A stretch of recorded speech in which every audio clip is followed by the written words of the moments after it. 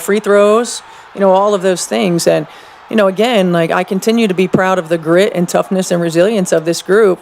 But. In the golden haze of a Des Moines summer afternoon in July 2025, the rhythmic thud of basketballs echoed across the newly built community courts at Brubaker Elementary, where Brent Clark stood silently by the chain-link fence, his weathered hands gripping the cool metal as tears welled in his eyes. The courts, funded and completed through his daughter Caitlin's foundation, shimmered in the sunlight like a living promise fulfilled. He watched as dozens of children, faces flushed with joy, sneakers squeaking, laughter rising like music, chased their dreams across the concrete.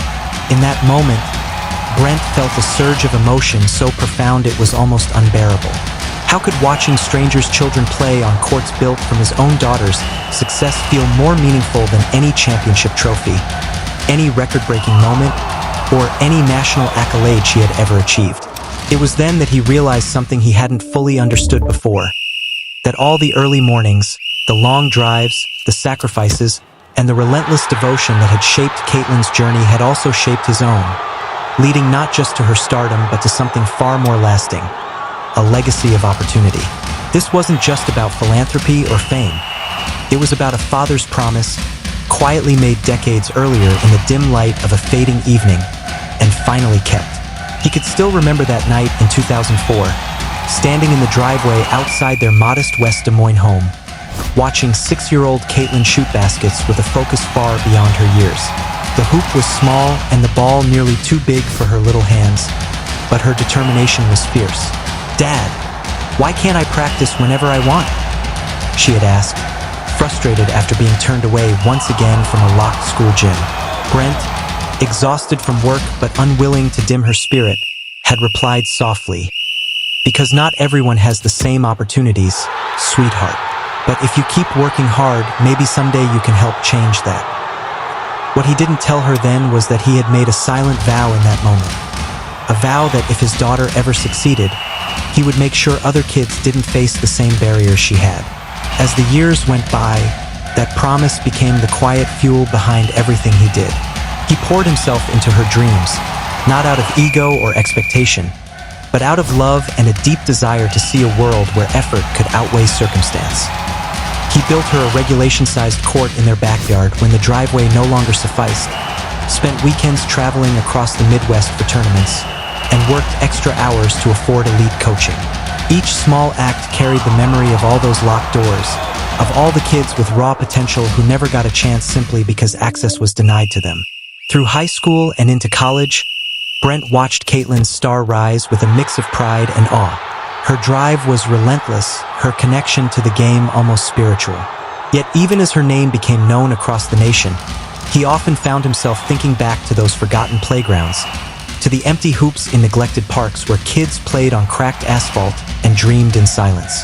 He would tell his wife, and every time we couldn't get into a gym, I thought about the kids who didn't have a parent who could drive them to the next town, who couldn't afford a trainer, who eventually gave up. If Caitlin ever makes it, we'll change that, and knew how deeply he meant it. Over the years, she saw him quietly researching community court projects, studying the logistics, costs, and permits, even sketching out designs on notebook paper late at night. It was as though he was building the blueprint for a dream that wasn't his alone. When Caitlin's foundation finally launched, he stepped back, letting her take the spotlight, but he recognized every small choice she made.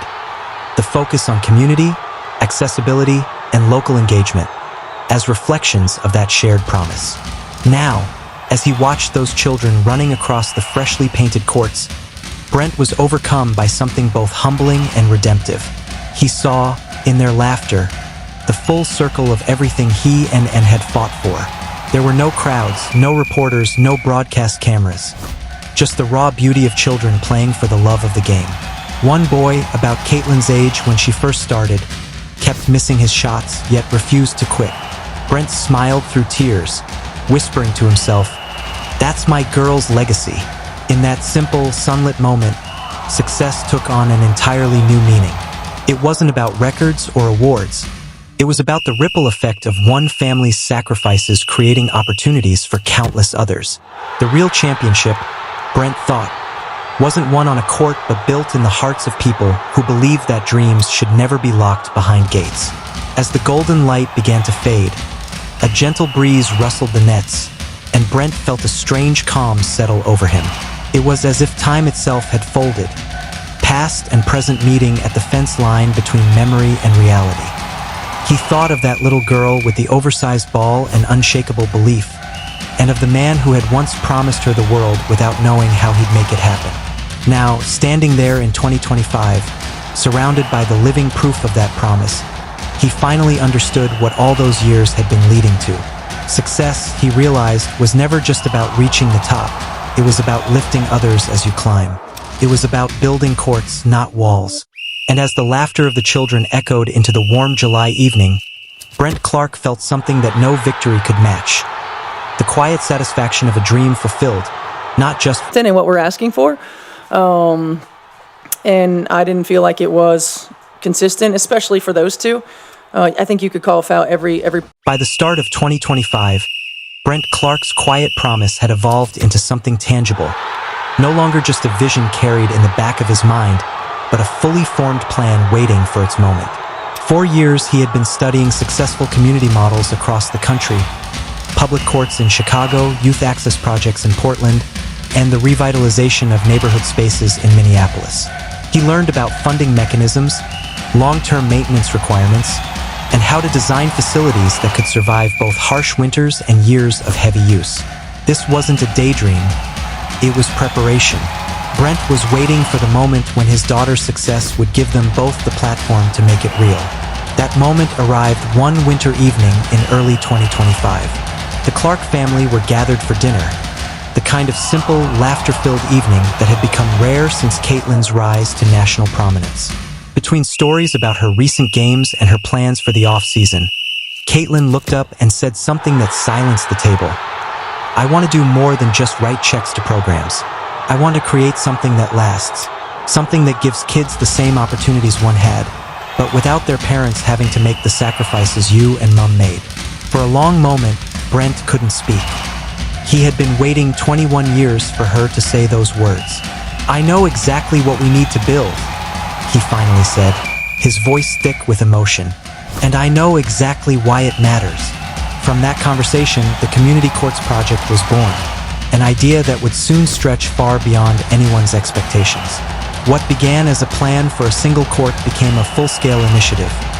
4 courts spread across Des Moines, each designed with professional lighting for evening play, regulation surfaces suitable for both basketball and futsal, shaded seating for families, and, most importantly, a commitment to remain completely open.